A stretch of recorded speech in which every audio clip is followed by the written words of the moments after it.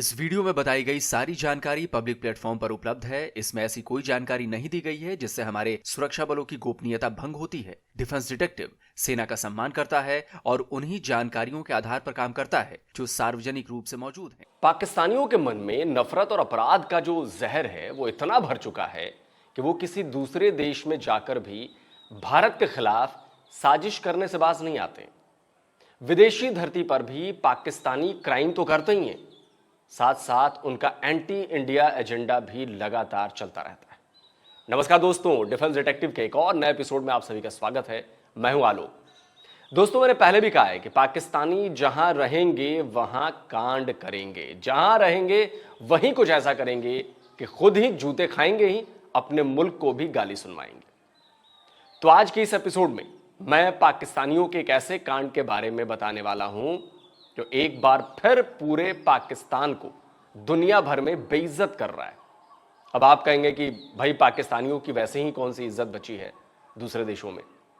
बात तो आपकी सही है, लेकिन ये पाकिस्तानी जब तक दूसरे देशों में जूते ना खा ले तब तक इन्हें खाना हजम नहीं होता।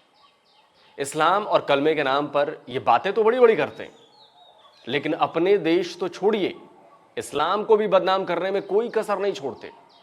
आज मैं जिस पाकिस्तानी कांड के बारे में बताने जा रहा हूं उसे अंजाम दिया है तुर्की में जाकर।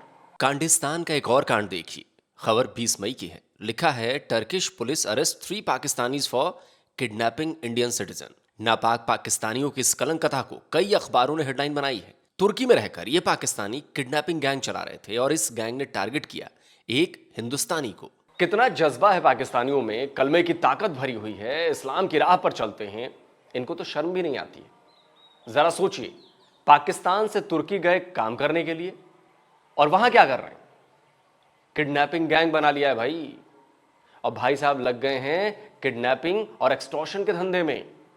अब यह भी है कि जो काम आता होगा वही करेंगे ना। खैर, अब मैं आपको बताता हूं कि ये जो पूरा मामला है वो मामला क्या है। तो हुआ ये कि अखिल कृष्णन राधाकृष्णन 18 अप्रैल को तुर्की पहुंचे थे।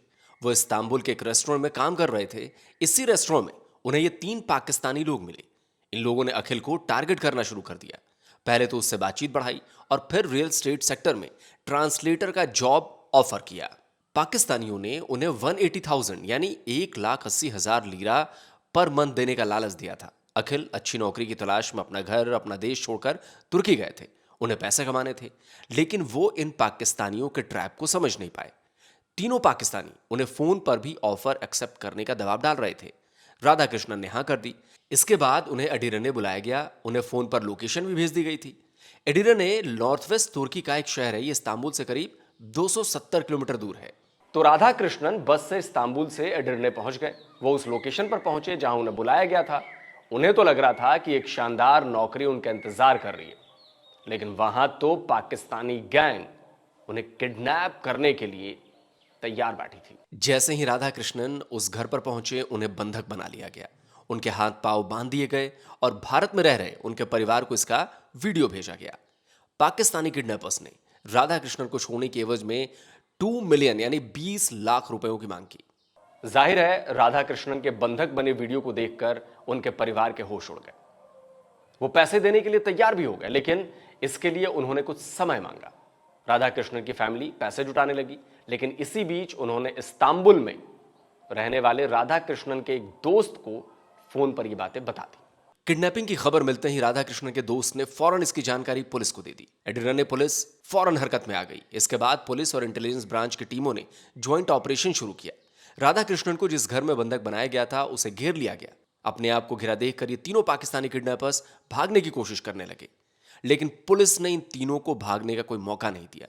इन तीनों पाकिस्तानी किडनैपर्स को हथकड़ी में जकड़कर पुलिस अपने साथ ले गई। पुलिस टीम ने उसी घर से राधाकृष्णन को भी बरामद कर लिया। उनके हाथ पांव खोले गए। पुलिस को देखकर उनकी जान में जान आई। वो पुलिस वालों से लिपटकर रोने लगे। उन्होंने फोन कर अपने घर वालों को अपने रिहा होने की खबर सुनाई। पुलिस ने उस घर से कई हथियार और करेंसीज भी बरामद की हैं। इन 3 पाकिस्तानी किडनैपर्स के साथ साथ इस घर के मालिक को भी अरेस्ट किया गया है। तो तुर्की में एक हिंदुस्तानी को किडनैप करने वाले पाकिस्तानी गैंग का तो बैंड बज गया। अब ये तीनों पाकिस्तानी तुर्की की जेल में बंद हैं। लेकिन दोस्तों, आपको बता दूं कि तुर्की में ये पाकिस्तानियों का किडनैपिंग गैंग या किडनैप करने की घटना कोई पहली नहीं है।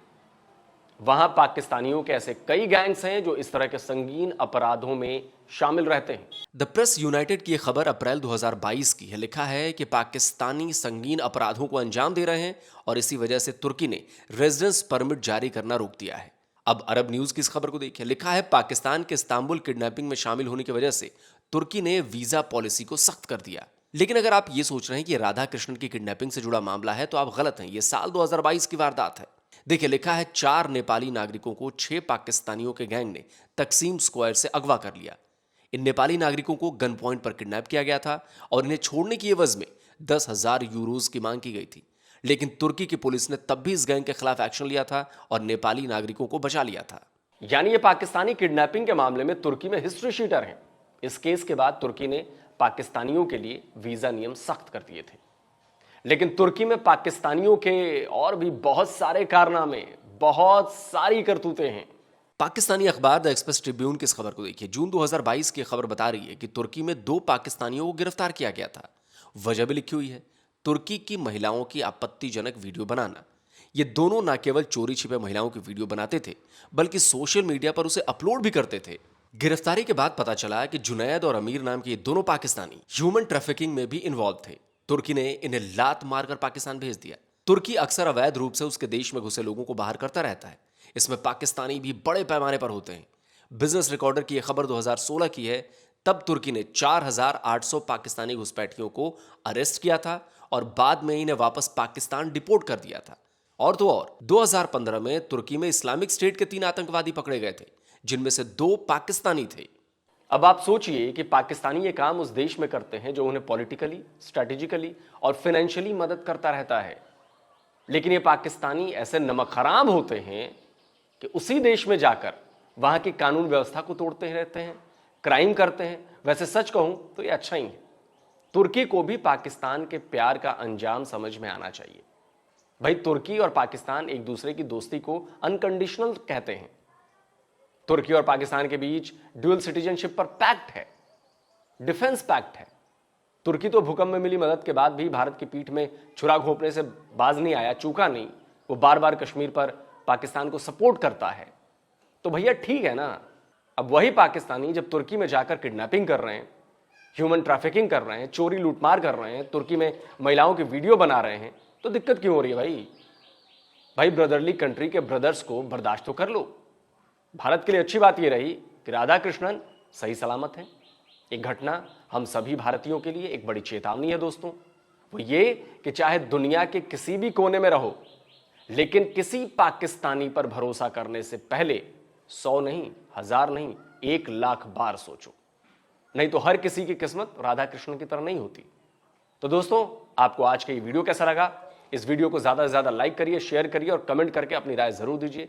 और जिन दोस्तों ने अब तक डिफेंस डिटेक्टिव को सब्सक्राइब नहीं किया है तो भाई आपसे आग्रह है, अनुरोध है, चैनल को सब्सक्राइब करिए और साथ ही बेल आइकन जरूर दबाइए, जिससे हमारे द्वारा अपलोड किए गए हर वीडियो की जानकारी आप तक फौरन पहुंच जाए।